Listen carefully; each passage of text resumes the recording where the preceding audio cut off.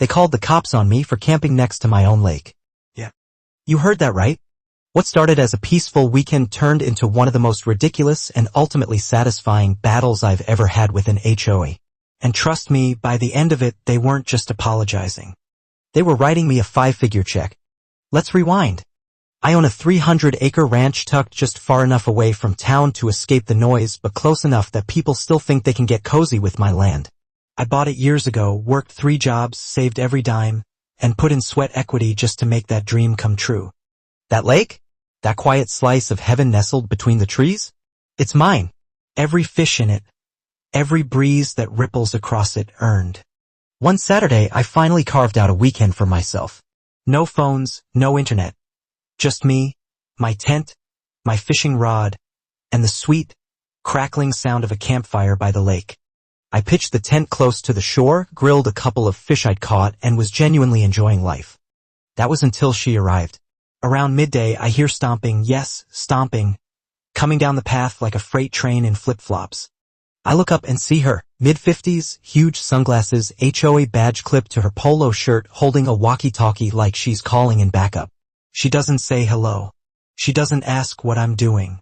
She just barks. This is HOA land. You can't camp here. You need to pack up and leave immediately. I blinked. Excuse me, I said. Ma'am, this is my property. That lake is on my private land. Has been for years.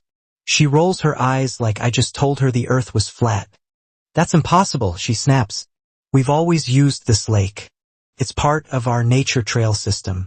I've lived in this community for 10 years, and this area is under our jurisdiction.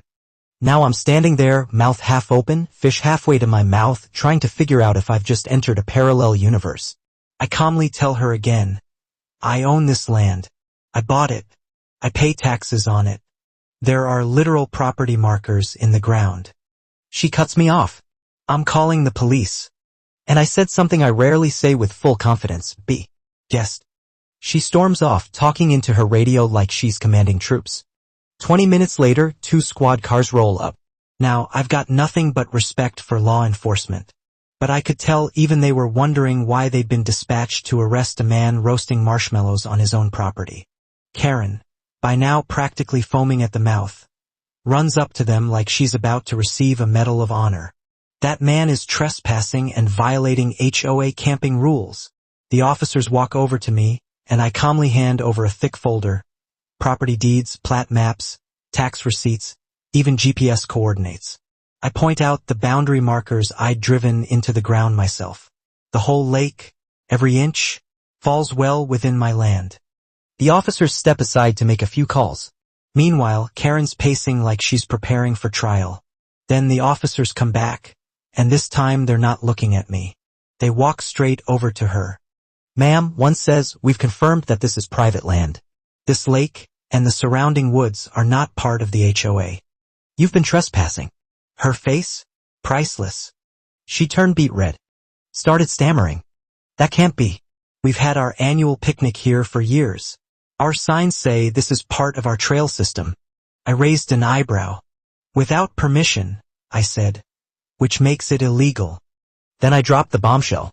I told them I had surveillance footage, drone shots, screenshots of HOA newsletters and Facebook posts where they bragged about the secret nature trail by the lake and even photos of their past events, trash left behind, damaged fencing, and a scorched area from an unauthorized fire pit. I looked the officer dead in the eye and said, I'm pressing charges, trespassing, property damage, unauthorized use of private land. I've got years of evidence. The HOA board went into full panic mode. Lawyers called me within 2 days. They wanted to settle.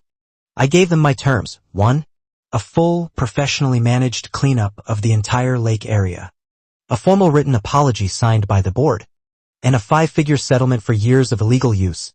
And guess what? They paid. Karen disappeared from the HOA board within a week. The fake trail signs were quietly removed. And in their place, I put up one very large, very clear sign, private property.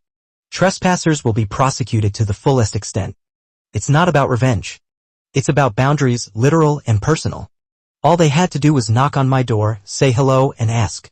But instead, they tried to claim something that didn't belong to them. Now, They pay to stay off the land they once used for free. And believe me, that's not even the wildest part of this saga. Hit that subscribe button right now because the next chapter involves something even more outrageous, and trust me, on this channel, justice always finds its way back home.